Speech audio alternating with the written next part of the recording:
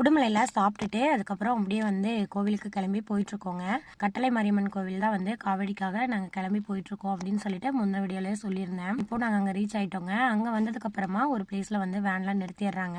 அதுக்கு மேலே கோவிலுக்கு போகிறதுக்கு ஒரு 5 கிலோமீட்டர் கிட்ட வருங்க. அது வந்து அவங்களோட வண்டியை தான் வந்து அரேஞ்ச் பண்ணி விடுறாங்க. ஒரு வண்டியில் 20 பேர் தான் வந்து போகணுங்க. இப்போ போகிற வழியுமே வந்து அப்படிதான் ரொம்ப மோசமாக தான் இருந்தது பாதை எல்லாமே. ஆனால் சுற்றியும் வந்துட்டு கிளைமேட் எல்லாமே சூப்பராக இருந்தது. சுற்றியும் அப்படியே மலையோட பச்சை பசேர்னு பார்க்கறக்கே அவ்வளோ அழகாக இருந்தது. இப்போ உள்ளே வந்ததுமே நிறைய வந்து கடையெல்லாம் போட்டிருந்தாங்க. அப்படியே ஆற்றுல வந்து தண்ணி வந்து பார்த்தீங்கன்னா பயங்கரமாக ஸ்பீடாக வந்து போயிட்டு இருந்துச்சு. மழை வேற வந்து பெஞ்சிட்டே இருக்கு இல்லையா, அதனால வந்துட்டு பயங்கரமாக வந்து தண்ணி வந்து வந்துட்டே இருக்குன்னு சொன்னாங்க.